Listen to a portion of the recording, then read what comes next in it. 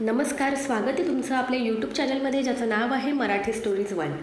आणि आज आपण ऐकणार आहोत मर्मबंध भाग 7. पण त्याआधी जर मंडळी अजून तुम्ही चॅनलला सबस्क्राईब केलेलं नसेल तर प्लीज जाऊन चॅनलला सबस्क्राईब करा. तसंच बाजूचं बेल आयकन प्रेस करायला विसरू नका.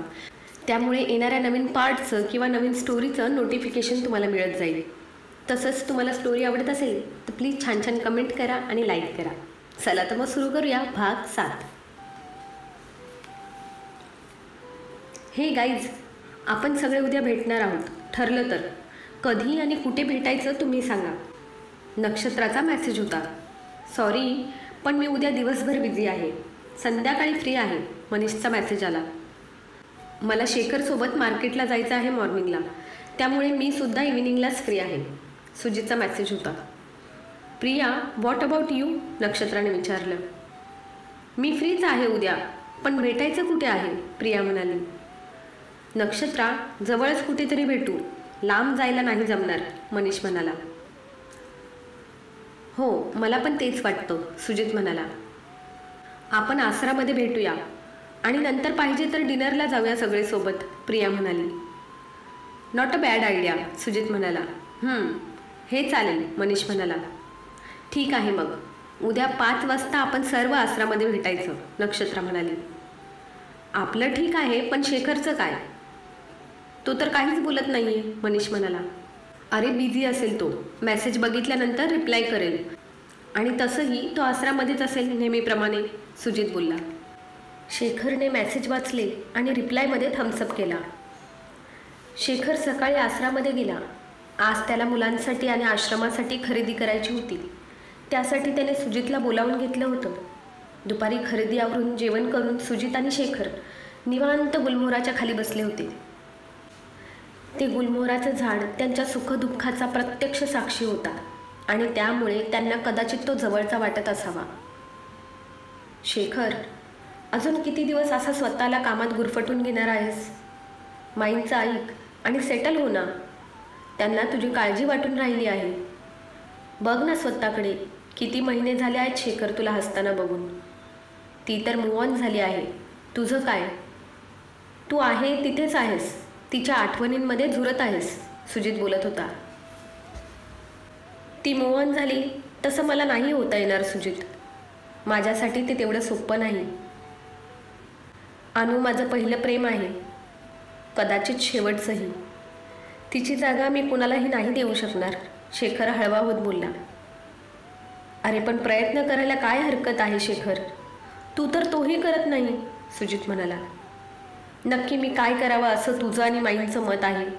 शेखर त्याच्याकडे बघत म्हणाला. मी तुझ्याशी बोलत आहे. माईंचं काय आलं इथं? सुजित थोडासा अडखळला.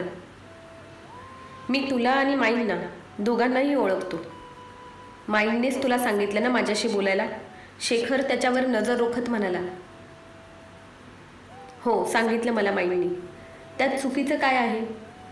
तू त्यांचं ऐकत नाही, मग त्यांनी काय करावं? माईंनी तुझ्यासाठी छान मुलगी बघितली आहे. एकदा बघून तरी घे ना. त्या फक्त बघायला तर म्हणत आहेत. बाकी निर्णय तर तुझाच असेल ना शेखर, सुजित बोलला. सुजित, मला थोडा वेळ हवा आहे रे. मी नाही कुठे म्हणतोय, पण मला पण समजून घ्या ना. आता मी लग्नाचा विचार नाही करू शकत, शेखर म्हणाला. कुठल्या गहन विषयावर चर्चा चालू आहे म्हणायची? मनीष शेखरच्या खांद्यावर हात ठेवत म्हणाला. काही नाही, असंच बोलत होतो. तू कधी आलास? सुजित बोलला. अरे आत्ताच आलो, मनीष म्हणाला. तू आलास, पण ह्या दोघी कुठे राहिल्या? शेखर म्हणाला. ऑन द वे आहेत, येतील 10-15 मिनिटांमध्ये, मनीष म्हणाला. काका, वसुधा काकींना चहा टाकायला सांगा, शेखरने शांताराम काकांना सांगितलं. वयजी, लांब उभ्या असलेल्या शांताराम काकांनी रिप्लाय दिला. गेटच्या समोर एक टॅक्सी उभी राहिल्याचा आवाज आला आणि तिघांनीही गेटकडे पाहिलं. प्रिया आणि नक्षत्रा दोघेही टॅक्सीमधून खाली उतरल्या. नक्षत्रा पैसे देत होती तर प्रियाचं लक्ष तिच्या फोनकडे होतं. बहुतेक तिला कॉल आला होता. तिने तो रिसीव्ह केला आणि दोघीही गेटच्या आत आल्या. पण प्रिया लांब उभी राहून बोलत होती तर नक्षत्रा ह्या तिघांजवळ आली. मनीषचं सगळं लक्ष नक्षत्राकडे होतं. तिने पिवळ्या कलरचा कुर्ता आणि व्हाईट कलरची लेगिन्स घातली होती. त्यावर लॉंग इयरिंग्स, छोटासा क्लिप लावून मागे केस मोकळी सोडली होती, हलकीशी लिपस्टिक. बस, खूप सुंदर दिसत होती नक्षत्रा. मनीषची नजर तिच्यावरून हटत नव्हती. पूर्ण 1 आठवड्यानंतर तो तिला बघत होता. Hi everyone. नक्षत्रा मनीषच्या समोर उभी राहिली. हाय नक्षत्रा, तिघेही बोलले. तिने मनीषकडे पाहिलं तर तो तिच्याकडेच बघत होता. त्याच्या नजरेतले मिश्किल भाव पाहून ती लाजली. तिच्या गालावर लाजेची लाली चढली आणि तिने नजर चोरली. आज काही स्पेशल अजेंडा आहे का? मनीष तिच्याकडे बघत बोलला. काही नाही, ती इकडे तिकडे पाहत म्हणाली. तिचं लक्ष शेखरकडे गेलं. तो फोनवर बोलत असलेल्या प्रियाकडे बघत होता. तिने मनीष आणि सुजितला खुणावलं. शेखर, प्रिया छान दिसते ना? नक्षत्रा म्हणाली. हो. शेखर अजूनही प्रियाकडेच पाहत होता. मला पण आवडली ती. तुझी सेटिंग करून देऊ का? नक्षत्रा हसत म्हणाली. आणि शेखरला तो काय बोलून गेला ते कळलं. नक्षत्रा, तू समजतेस तसं काही नाही. सो प्लीज नको तिकडे विषय भरकटवू नको. शेखर थोडा नाराज होत बोलला. मला माहीत आहे, तिला पाहून तुला अनुची आठवण येते, हो ना? एकदम अनुसारखी दिसते ना ती? नक्षत्रा म्हणाली आणि शेखर तिच्याकडे पाहतच राहिला. असं काय पाहतोस? लहानपणापासून ओळखतो आपण एकमेकांना. तुला काय वाटलं? मला माहिती नाही पडणार तुला काय वाटतं ते, नक्षत्रा म्हणाली. थँक्स मला समजून घेतल्याबद्दल, शेखर म्हणाला.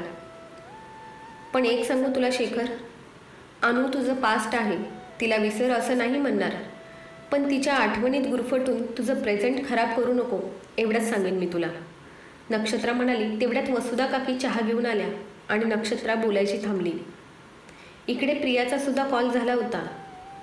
ती त्यांना जॉईन झाली. तिने सगळ्यांना हाय केलं. त्यांची चौकशी केली. सगळे आज जाऊन माईंना भेटले आणि नंतर जाऊन बच्चे कंपनीला भेटले. मुलांनाही खूप आनंद झाला होता सगळ्यांना बघून. प्रियाने सगळ्यांसाठी खाऊ आणला होता. तो तिने सगळ्यांना दिला. थोडा वेळ आसरामध्ये थांबून ते परत बाहेर आले. संध्याकाळ झाली होती. अंधार पडायला लागला होता. काय मॅडम, काय प्लॅन आहे मग? डिनरला कुठे जायचं? मनीष नक्षत्राकडे पाहत म्हणाला. प्रिया, कुठे जायचं? नक्षत्राने प्रियाला विचारलं. चंदनच्या हॉटेलवर जाऊया का? मला तिथलं फूड खूप आवडलं, प्रिया म्हणाली. चालेल, मी चंदनला कॉल करून सांगतो, शेखर म्हणाला आणि कॉल करायला बाजूला गेला. सुजित, मला ना किचन पाहायचा होता आश्रमाचा, अलाउड आहे का? प्रियाने विचारलं. हो, का नाही, चल दाखवतो, सुजित म्हणाला. मी पण येते तुमच्याबरोबर, नक्षत्रा म्हणाली. नको, तुम्ही दोघे बोला, आम्ही आलोच, प्रिया म्हणाली. तुला किचन वगैरे काही बघायचं नाही, त्यांना एकांत मिळावा म्हणून बहाणा केला ना, सुजित प्रियाकडे पाहत म्हणाला. प्रियाने हुंकार भरला. इकडे मनीष आणि नक्षत्रा एकमेकांमध्ये गुंतले होते. तू आज खूप सुंदर दिसत आहेस, मनीष नक्षत्राकडे प्रेमाने बघत बोलला. त्याच्या नजरेने ती शहारली. तिने नजर खाली झुकवली. माझ्याकडे बघ ना, आज तुझ्याकडे पाहतच राहावंसं वाटत आहे. त्याने तिच्या हनुवटीला धरून तिचा चेहरा वर केला. तसं तिने दोन्ही हाताने चेहरा झाकून घेतला. त्याने हळूच तिचे हात बाजूला केले आणि तिच्या कपाळावर किस केलं. फक्त आणि फक्त प्रेम होतं त्याच्या स्पर्शात. कुठेही वासनेचा लवलेश नव्हता. किती लाजतेस ग तू? अशीच लाजत राहिलीस तर माझं विचारायचं काय होणार? तो तिच्यावर नजर रोखत म्हणाला आणि ती गडबडली. मनीष, तू ना खूप आगाऊ होत चालला आहेस दिवसेंदिवस, ती त्याला चापट मारत म्हणाली. ऐ ग, असं कोण नवऱ्याला मारतं होय? मनीष नाटकीपणे खांदे चोळत म्हणाला. नक्षत्राने त्याच्या खांद्यावर डोकं ठेवलं आणि शांत बसली होती. जणू ती त्याचा सहवास हृदयात साठवून ठेवत होती. मनीष, तुला कामात माझी आठवण येत नाही का? नक्षत्राने विचारलं. असं का विचारतेस? तुझी आठवण यायला तुला आधी विसरावं लागेल, जे ह्या जन्मात तरी शक्य नाही, मनीष तिचा हात हातात घेत म्हणाला. मग तू मला भेटायला का नाही आला? 2 आठवडे झाले तुला भेटून, नक्षत्रा गाल फुगून म्हणाली. काय करू राणी, क्लिनिक नवीन आहे, सेट करायला थोडा टाईम द्यावा लागेल. त्यातच हॉस्पिटल व्हिजिट पण असतात, मनीष बोलला. नक्षत्राने हुंकार भरला. सुजितने शेखरला पण आतमध्ये बोलून घेतलं. आता तिघेही गप्पा मारत होते. शेखर, तुम्ही आणि माईंनी आश्रम छान सांभाळला आहे, प्रिया म्हणाली. थँक्स. पण मी काही करत नाही, फक्त जमेल तशी मदत करतो माईला, शेखर म्हणाला. जमेल तशी नाही, खूप हेल्प करतो हा माईंना. रोज सकाळी ऑफिसच्या अगोदर इथे 2 तास काम करतो आणि संध्याकाळी काही गरज असेल तर येतो. क्रेडिट घेता येत नाही याला. नेकी कर और दर्या में डाल म्हणतात ना, तसं आहे याचं, सुजित म्हणाला. तुम्ही जॉब करता? प्रियाने विचारलं. हो, शेखर म्हणाला. मला तर वाटलं तुम्ही आश्रम सांभाळता, प्रिया आश्चर्याने म्हणाली. नाही, मी फक्त माईला मदत करतो आश्रम सांभाळण्यात, शेखर म्हणाला. बाय द वे, तुम्ही कुठे जॉब करता? प्रिया म्हणाली. तू राठोड ग्रुपबद्दल ऐकलं आहे? शेखर म्हणाला. हो, त्यांच्याबद्दल कुणाला माहिती नाही? कॉर्पोरेट वर्ल्डमधले शार्क म्हणून ओळखले जातात ते, प्रिया म्हणाली. एक्झॅक्टली, मी राठोड ग्रुपच्या अंडर असलेल्या राठोड इंडस्ट्रीमध्ये सिनियर मॅनेजर आहे, शेखर म्हणाला. वाव, मी एकदा भेटले होते तुमच्या नवीन CEOंना एका बिझनेस मीटिंगमध्ये. खूप टॅलेंटेड आहेत ते आणि एवढ्या कमी वयात खूप नाव कमावलं आहे त्यांनी, प्रिया म्हणाली. हो, सरांकडून खूप शिकण्यासारखं आहे, शेखर म्हणाला.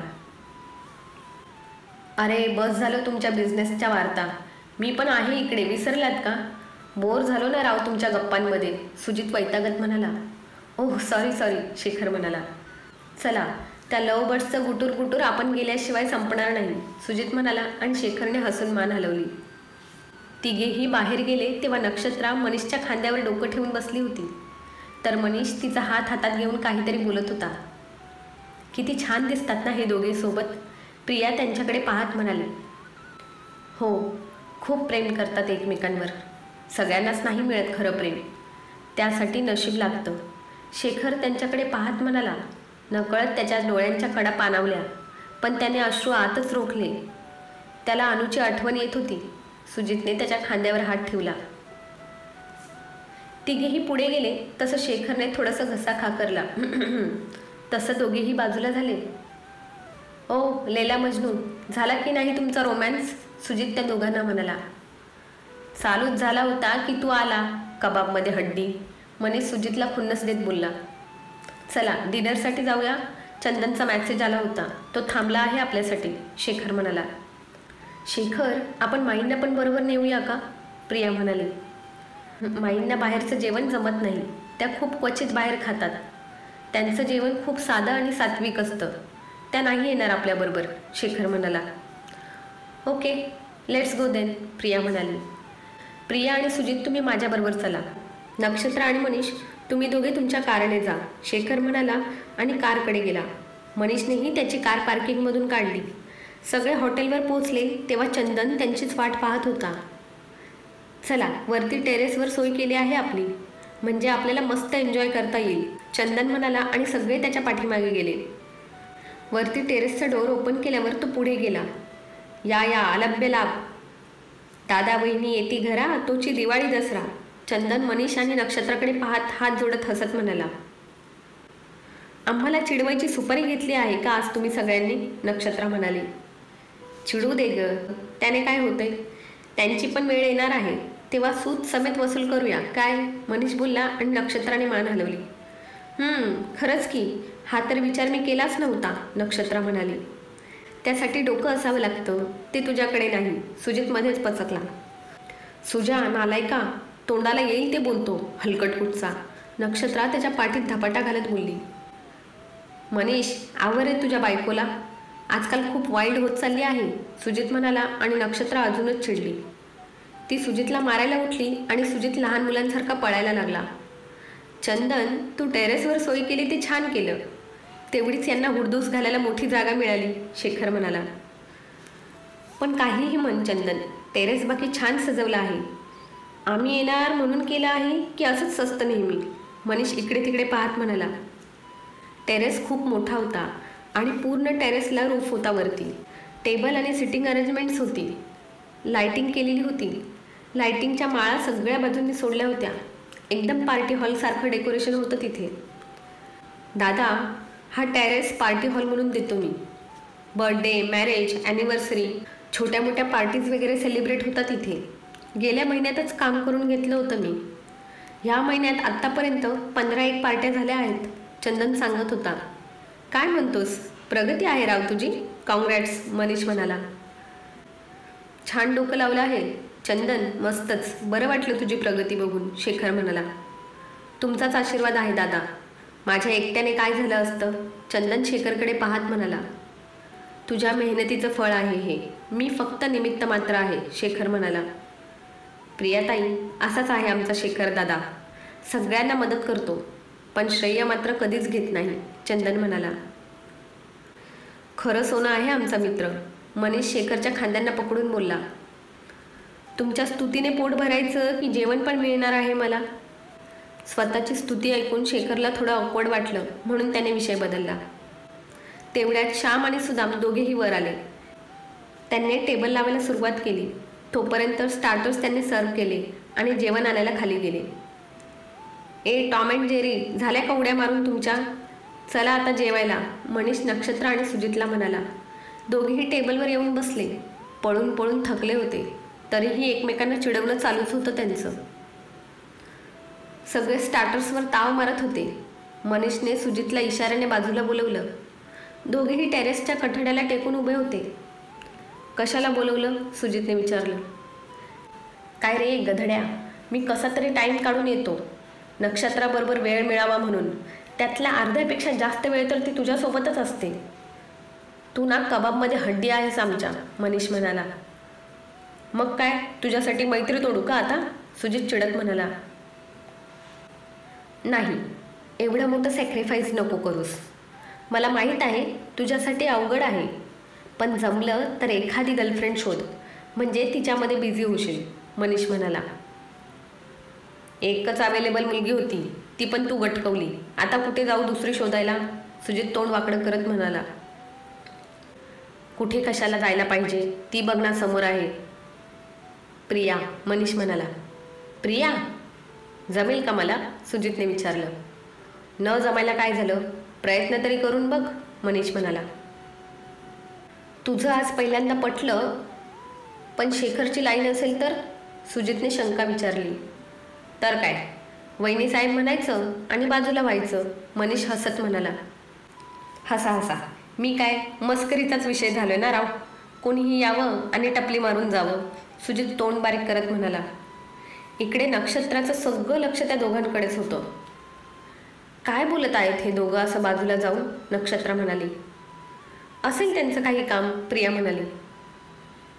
सापाची आणि मुंगुसाची मैत्री पाहिली आहे का कधी? नाही ना, त्यातच टेन्शन आलं आहे. बघ कसे हसत बोलत आहेत.